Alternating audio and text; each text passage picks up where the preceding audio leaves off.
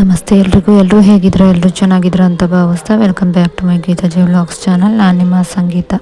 ಇವತ್ತಿನ ವಿಡಿಯೋದಲ್ಲಿ ವಾರಾಹಿ ತಾಯಿಯ ಈ ಒಂದು ಮಂತ್ರದಿಂದ ಧನಾಕರ್ಷಣೆಯನ್ನು ಹೇಗೆ ಮಾಡ್ಕೊಳ್ಳೋದು, ಹಾಗೆ ಮನೆಯಲ್ಲಿ ಯಾವುದೇ ರೀತಿಯ ನೆಗೆಟಿವ್ ಎನರ್ಜಿ ಇದ್ರೂ ಕೂಡ ಈ ಒಂದು ಪರಿಹಾರವನ್ನು ಮಾಡ್ಕೊಳ್ಳೋದ್ರಿಂದ ಆ ನೆಗೆಟಿವ್ ಎನರ್ಜಿ ಅನ್ನೋದು ಮನೆಯಿಂದ ದೂರ ಆಗುತ್ತೆ ಅಂತಲೇ ಹೇಳ್ಬೋದು. ಜೊತೆಗೆ ಈ ಒಂದು ಮಂತ್ರದಿಂದ ವಾರಾಹಿ ತಾಯಿಯ ಅನುಗ್ರಹವನ್ನು ಕೂಡ ಪಡ್ಕೋಬಹುದು. ಈ ಒಂದು ಮಂತ್ರವನ್ನು ಎಷ್ಟು ಬಾರಿ, ಯಾವ ಸಮಯದಲ್ಲಿ, ಹಾಗೆ ಈ ಒಂದು ಪರಿಹಾರವನ್ನು ಹೇಗೆ ಮಾಡ್ಕೊಬೇಕು ಅನ್ನೋದನ್ನು ಎಲ್ಲವನ್ನು ಕೂಡ ಸಂಪೂರ್ಣವಾಗಿ ಈ ಒಂದು ವಿಡಿಯೋ ಮೂಲಕ ನಾನು ನಿಮಗೆ ತಿಳಿಸ್ಕೊಡ್ತಾ ಇದ್ದೀನಿ. ವಿಡಿಯೋವನ್ನು ಎಲ್ಲೂ ಕೂಡ ಸ್ಕಿಪ್ ಮಾಡದೆ ನೋಡೋದ್ರಿಂದ ಮಾತ್ರ ಇದ್ರ ಬಗ್ಗೆ ಸಂಪೂರ್ಣವಾದ ಮಾಹಿತಿಯನ್ನು ನೀವು ತಿಳ್ಕೊಂಡು ಆ ಒಂದು ಪರಿಹಾರವನ್ನು ನೀವು ಮಾಡ್ಕೋಬಹುದಾಗಿರುತ್ತೆ. ಆಗ ನಿಮ್ಮ ಮನೆಯಲ್ಲಿ ಇರುವಂಥ ನೆಗೆಟಿವ್ ಎನರ್ಜಿ ದೂರ ಆಗಿ ನಿಮಗೆ ಪಾಸಿಟಿವ್ ಎನರ್ಜಿ ಅನ್ನೋದು ದೊರೀತಾ ಇರುತ್ತೆ. ಹಾಗೆ ಏನೇ ಒಂದು ಅಡೆತಡೆಗಳು ಬರ್ತಾ ಇದ್ರು, ಹಣಕಾಸಿನಲ್ಲಿ ಸಮಸ್ಯೆಗಳಿದ್ರೂ ಕೂಡ ಅದಕ್ಕೆಲ್ಲ ನಿವಾರಣೆ ಅನ್ನೋದು ಈ ಒಂದು ಪರಿಹಾರ ಅಂತಲೇ ಹೇಳ್ಬಹುದು. ವಾರಾಹಿ ತಾಯಿಯನ್ನು ನಂಬಿಕೆ ಇಟ್ಟು ಪೂಜಿಸಿದ್ರೆ ಯಾವುದೇ ಒಂದು ಕಷ್ಟಗಳಿದ್ರೂ ಕಳೆಯುತ್ತೆ ಅಂತಲೇ ಹೇಳ್ಬೋದು. ಇನ್ನು ಆ ಪರಿಹಾರಕ್ಕಾಗಿ ನಾವು ಪ್ರಮುಖವಾಗಿ ಒಂದು ಪಚ್ಚ ಕರ್ಪೂರವನ್ನು ಬಳಸಬೇಕಾಗುತ್ತೆ. ಹಾಗೆ ಒಂದು 3ರಿಂದ 4 ಅಥವಾ 5ರಿಂದ 6 ಲವಂಗವನ್ನು ಬಳಸಬೇಕಾಗುತ್ತೆ. ನಾರ್ಮಲ್ ಆಗಿ ಹೇಗೆ ನೀವು ದೇವರಿಗೆ ಆರತಿ ಮಾಡ್ತೀರಾ, ಆ ಆರತಿ ಬದಲು ಈ ಒಂದು ಪರಿಹಾರವನ್ನು ಮಾಡ್ಕೊಳ್ಳೋದ್ರಿಂದ ನಮ್ಮ ಮನೆಯಲ್ಲಿರುವಂಥ ನೆಗೆಟಿವ್ ಎನರ್ಜಿ ದೂರ ಆಗುತ್ತೆ ಅಂತಲೇ ಹೇಳ್ಬೋದು. ನೀವು ನಾರ್ಮಲ್ ಆಗಿ ಪೂಜೆ ಮಾಡಿದ ಸಮಯದಲ್ಲಿ ಈ ಒಂದು ಪರಿಹಾರವನ್ನು ಮಾಡ್ಕೊಬೇಕಾಗುತ್ತೆ. ಹಾಗೆ ಇದನ್ನು ಬ್ರಾಹ್ಮಿ ಮುಹೂರ್ತದಲ್ಲಾದರೂ ಮಾಡ್ಕೊಬೋದು, ಅಥವಾ ಗೋಧೂಳಿ ಲಗ್ನದಲ್ಲಾದರೂ ನೀವು ಪೂಜೆ ಸಮಯದಲ್ಲಾದರೂ ದೀಪ ಹಚ್ತಿರಲ್ಲ ಮನೆಯಲ್ಲಿ, ಆ ಸಮಯದಲ್ಲಾದರೂ ಮಾಡ್ಕೋಬೋದಾಗಿರುತ್ತೆ. ಕೇವಲ ನೆಗೆಟಿವ್ ಎನರ್ಜಿನ ಹೋಗಲಾಡಿಸೋದಕ್ಕಷ್ಟೇ ಅಲ್ಲ, ಲಕ್ಷ್ಮಿಯ ಅನುಗ್ರಹವನ್ನು ಪಡ್ಕೊಳ್ಳೋದಕ್ಕೂ ಕೂಡ, ಹಾಗೆ ಆರ್ಥಿಕವಾಗಿ ಸದೃಢವಾಗೋದಕ್ಕೂ ಕೂಡ ಸಹಾಯವನ್ನು ಮಾಡುತ್ತೆ. ಹಾಗೆ ವಾರಾಹಿ ತಾಯಿಯ ಮಂತ್ರಗಳನ್ನು ಪಠಿಸೋದಕ್ಕೆ ಮುಂಚೆ ಏನೆಲ್ಲ ನಿಯಮ ಇದೆ ಅನ್ನೋದನ್ನು ಎಲ್ಲ ವಿಡಿಯೋದಲ್ಲೂ ತಿಳಿಸ್ತಾ ಬಂದಿದ್ದೀನಿ. ಈ ವಿಡಿಯೋದಲ್ಲೂ ಅಷ್ಟೇ, ನಾನ್ ವೆಜ್ಜನ್ನು ತಿಂದು ನೀವು ವಾರಾಹಿ ತಾಯಿಯ ಮಂತ್ರಗಳನ್ನು ಪಠಿಸಬೇಡಿ. ಹಾಗೆ ಹೆಣ್ಮಕ್ಳಾಗಿದ್ದರೆ ಮುಟ್ಟಾದಂಥ ಸಮಯದಲ್ಲಿ ಮಂತ್ರಗಳನ್ನು ಪಠಿಸಬೇಡಿ. ಆ ಒಂದು ಸಮಯದಲ್ಲಿ ಸ್ಕಿಪ್ ಮಾಡಿ ನಂತರ ನೀವು ಮಂತ್ರಗಳನ್ನು ಪಠಿಸ್ಬೋದಾಗಿರುತ್ತೆ.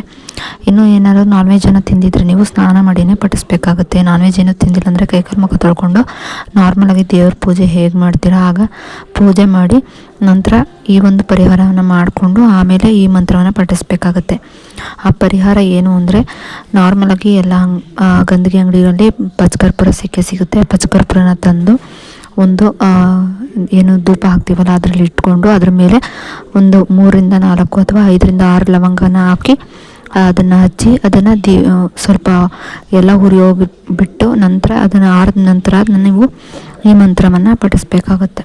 ಇನ್ನು ಆ ಮಂತ್ರ ಬಂದು ಹೇಗಿರುತ್ತೆ: ಓಂ ಐಂ ಕ್ಲೀಂ ಸೌಂ ತ್ರಿಪುರ ಸುಂದರಿಯೈ ನಮಃ. ಓಂ ಐಂ ಕ್ಲೀಂ ಸೌಂ ತ್ರಿಪುರ ಸುಂದರಿಯೈ ನಮಃ. ಓಂ ಐಂ ಕ್ಲೀಂ ಸೌಂ ತ್ರಿಪುರ ಸುಂದರಿಯೈ ನಮಃ. ಓಂ ಐಂ ಕ್ಲೀಂ ಸೌಂ ತ್ರಿಪುರ ಸುಂದರಿಯೈ ನಮಃ.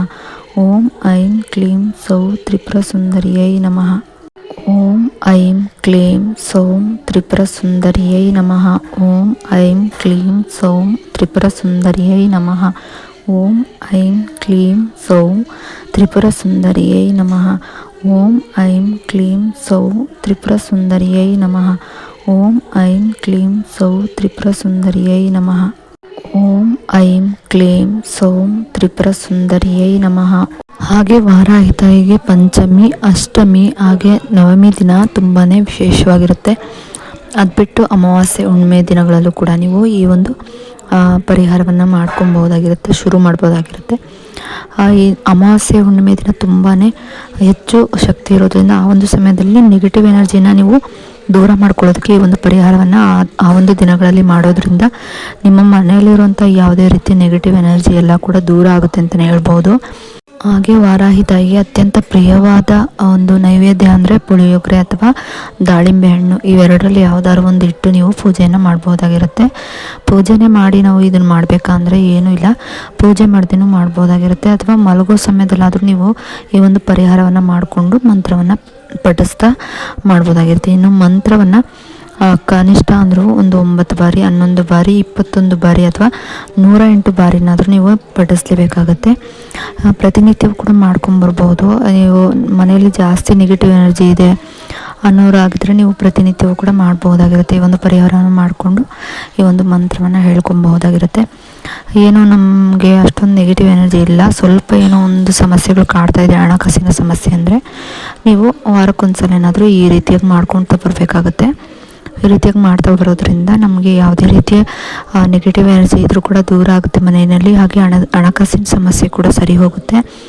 ಹಾಗೆ ಯಾರಿಗೆಲ್ಲ ಏನಾದರೂ ಒಂದು ಕೆಲಸಗಳಲ್ಲಿ ಅಡೆತಡೆ ಬರ್ತಾ ಇದ್ದರೆ ಆ ಒಂದು ಕೆಲಸಗಳಲ್ಲೂ ಕೂಡ ಸಕ್ಸಸ್ ಅನ್ನೋದನ್ನು ಕಾಣ್ತೀವಿ ಅಂತ ಹೇಳ್ತಾ, ಈ ಒಂದು ವಿಡಿಯೋದಲ್ಲಿ ನಿಮಗೆ ಈ ಒಂದು ಮಾಹಿತಿ ನಿಮಗೆ ಇಷ್ಟ ಆದರೆ ಲೈಕ್ ಮಾಡಿ, ಶೇರ್ ಮಾಡಿ, ಕಮೆಂಟ್ ಕೂಡ ಮಾಡಿ.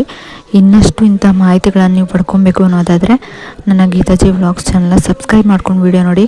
ಸಬ್ಸ್ಕ್ರೈಬ್ ಪಕ್ಕ ಬೆಲ್ಲೈಕನ್ ಬಟನ್ ಇರುತ್ತೆ, ಅಲ್ಲಿ ಆಲ್ ಆಪ್ಷನ್ ಮೇಲೆ ಕ್ಲಿಕ್ ಮಾಡಿದ್ರೆ ನಾನು ಯಾವುದೇ ರೀತಿ ಹೊಸದಾಗಿ ವಿಡಿಯೋ ಮಾಡಿದ್ರೂ ಕೂಡ ಅದು ನಿಮಗೆ ನೋಟಿಫಿಕೇಷನ್ ಮೂಲಕ ಮೊದಲು ಬಂದು ತಲುಪುತ್ತೆ. ಆಗ ನೀವು ನನ್ನ ವೀಡಿಯೋನ ಮಿಸ್ ಮಾಡ್ತೀನಿ ನೋಡ್ಬೋದಾಗಿರುತ್ತೆ.